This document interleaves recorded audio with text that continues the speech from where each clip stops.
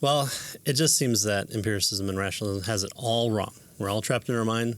Clearly, the next step is to just deny the external world. Just wipe it out. Yeah. Right? So what I see, what I perceive, what I think about the ball falling off the cliff, that's just, gobbledygook. That doesn't even exist.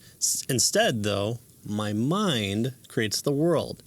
There you go. Yeah, and so, of course, this is our good friend Immanuel Kant, and you kind of get into, I guess, metaphysics classes if you want to look into this, or philosophy of science. Epistemology, right? Yeah.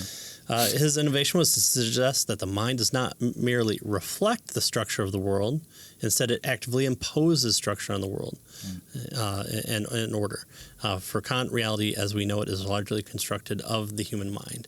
So I always get these mixed up. So it's I don't perceive, or I'm not. There's no table here, but what I'm doing is I'm perceiving things that I would call a table.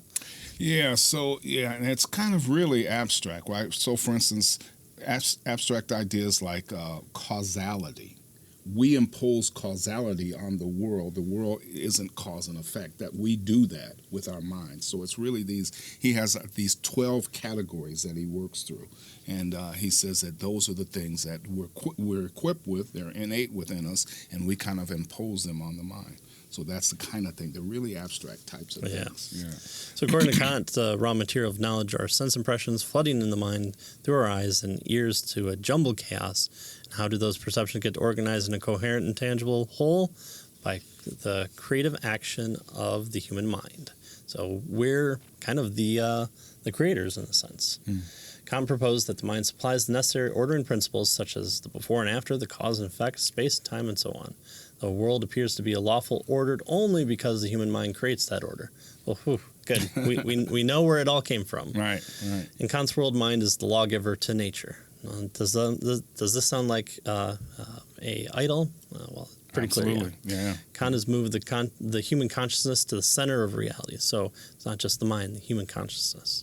The primary reality is not matter, but mind. He said that the world of objects is largely given its shape and character by human consciousness. As philosopher Alvin Plantinga, our good friend, we saw that earlier. Yeah, that Mitch Stokes study under Right. explains the fundamental thrust of Kant's Copernican revolution is that things in the world owe their fundamental structure and perhaps their very existence to the noetic activity of our minds.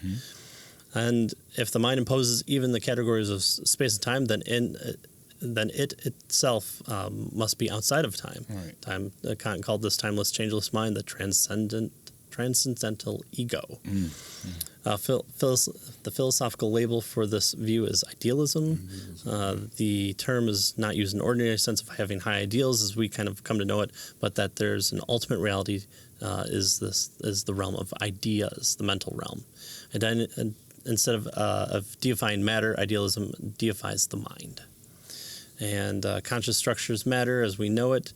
It makes consciousness the ultimate explainer. So again, the thing that Kant puts in place as an idol is not just humanity, but the human mind. Right. Yeah. So we impose all these, space, time, causality, all that stuff is imposed on the world by our mind. Yeah, that's your supernatural phenomenon to Kant. The textbook often said that Kant's philosophy combined empiricism and rationalism. However, on its own premise, there's no way to step outside the human mind and test whether ideas match external reality. The logical concept is solipsism. So if anyone's asked the question of, do you believe that there are other minds out there? You could never know. You only know yours. Right. The only thing I can know for sure is the existence of my own mind. No direct knowledge of anything but its own contents. Yeah. So, good luck. Yeah. We're still trapped in us. Yeah, so it leaves us trapped.